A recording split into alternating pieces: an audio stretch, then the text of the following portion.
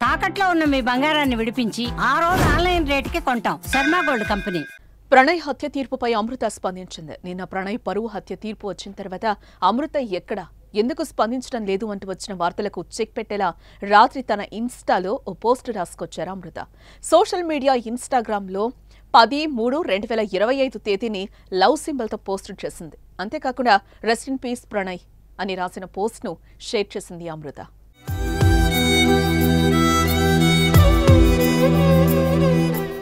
నల్గొండ జిల్లా మిర్యాలగూడలో 2018లో చోటు చేసుకున్న ప్రణయ్ పరువు హత్య కేసులో నల్గొండ ఎస్సీ/ఎస్టీ సెషన్స్ కోర్టు బుధవారం సంచలన తీర్పును వెల్లడించింది. ఈ కేసులో A2 నిందితుడు సుభాష్ శర్మకు ఉరిశిక్ష, మిగతా 6 నిందితులకు జీవిత ఖైదు విధించింది. మిర్యాలగూడకు చెందిన అమృత ప్రణయ్లు వారి పాఠశాల రోజుల నుంచే ప్రేమించుకుని 2018లో కులాంతర వివాహం చేసుకున్నారు. అయితే తన కుమార్తె కులాంతర వివాహం చేసుకుందన్న కోపంతో అమృత తండ్రి మారుతీరావు సుపారీ గ్యాంగ్ ఏర్పాటు చేసి 2018 సెప్టెంబర్ 14న ప్రణయ్ను దారుణంగా హత్య చేయించాడు. అప్పట్లో ఈ హత్య 2 తెలుగు రాష్ట్రాల్లో పెద్ద దుమారమే రేపింది.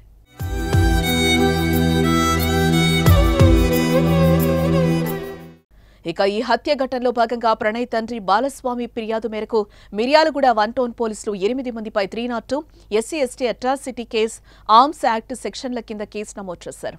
అప్పటి ఎస్పీ ఏవి రంగనాథ్ పర్యవేక్షణలో పోలీసులు విచారణ చేపట్టి 2019 జూన్ 12న 1600 పేజీల ఛార్జిషీట్ దాఖలు చేశారు.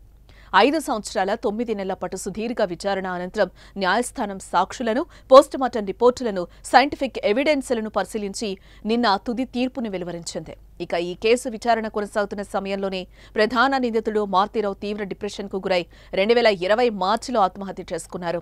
అప్పటి నుంచి తన తల్లి వద్దనే హైదరాబాద్లో అమృత ఉంటున్నట్లుగా తెలుస్తోంది.